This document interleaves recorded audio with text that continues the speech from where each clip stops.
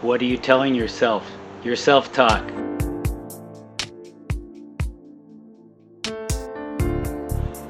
Have you ever noticed how you're influenced by what you hear? Sometimes surprisingly so. You might hear something on a podcast, television, from a friend, family member, and it maybe just goes in and you didn't realize that, hey, that influenced my thinking. Or maybe you did realize it.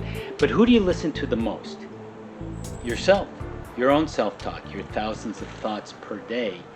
Hi, this is Philip Montrose, my wife and partner and I, Jane and Montrose. We help people step up and tap into the heart of success with holistic coaching and healing.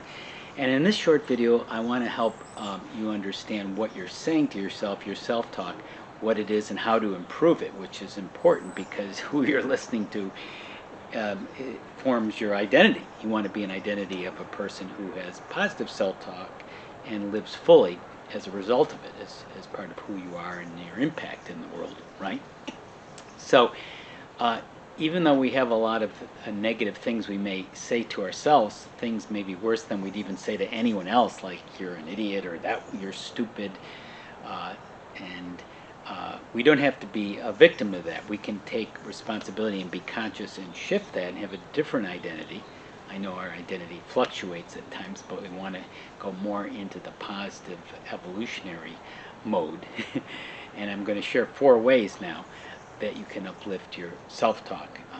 Number 1, your outlook. What is your outlook? How do you look at the world when you get up in the morning, when you start? That's your start of your day. Do you get up and you have a lot of negative thinking, or are you saying, hey, today's going to be a good day? Surprised and delighted today. I can't wait to see what happens. Now, foundational to that is your lifestyle medicine, your lifestyle taking care of yourself, getting enough sleep so you feel well rested when you get up, eating well, moving enough, having enough sunlight. All those elements will put you in a state where it's easy to wake up and feel better and say good things and have that good outlook. Second, acceptance. You have to accept certain things. I mean, you don't have to, but if you do, your self-talk will improve. Certain things don't work out. Certain things are not what you expected or hoped for, right? And what do you say to yourself then? Do you go into a real negative downward cycle, or and the negative self-talk starts? Or do you say, well, hey, part of me is disappointed me. Part of me is disappointed or sad or angry, or I have a disturbance going on. Recognize something externally is happening and just objectively note that it's occurring. And it may not be what you, quote, think it is as well. It may turn out into something quite differently as things unfold. So don't react, just kind of note that. Accept it.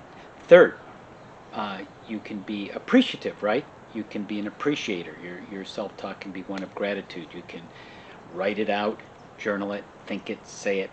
I've journaled on gratitude, a daily gratitude statement for many years, so I have thousands of gratitude statements written down, some of them similar, some of them quite different. Right now, I'm grateful I can share with you. I'm grateful I can talk, I can think. I'm grateful I can be here outdoors in some nice landscape here in my backyard, actually, in Santa Maria, California. I'm really glad to live on the Central Coast, California. So there's a lot to be thankful for. There's a lot to appreciate. That can be part of who you are and your identity. And number 4, in addition to your outlook, your acceptance, your appreciation, is be an overcomer. Start to have an identity of being someone who's not only resilient, bouncing back. You may have a post-traumatic growth where you're growing from adversity. You're saying this is challenging, and you may say, what's the worst that can happen and what's the best that can happen? You know, and when things are difficult, you can get through it. You've gotten through it before. Far worse hath my heart endured. I think Johann Goethe said that. Realize a lot has happened to you, and you are more adaptable and can handle more than you think, and you are building an identity on that. Like, wow, today something is going to throw me off, and something I need to accept, right, in that outlook. And I'm gonna come back, and I'm gonna get to a higher level. I'm gonna live more optimally, and I'll connect. And here's the last thing I will say, besides those 4 self-talk strategies, and this embraces everything really, is your soul connection, opening your heart and bringing in your soul. And that's something we do. We teach that, we train that. You may know your own ways. So as your heart opens up, you have a sense of your soul, which connects you to your current self and all of everything, internally and externally, in time and beyond time and space. So when you get in that timeless place, and you might be able to sense it now when you're in that, you're more soul connected.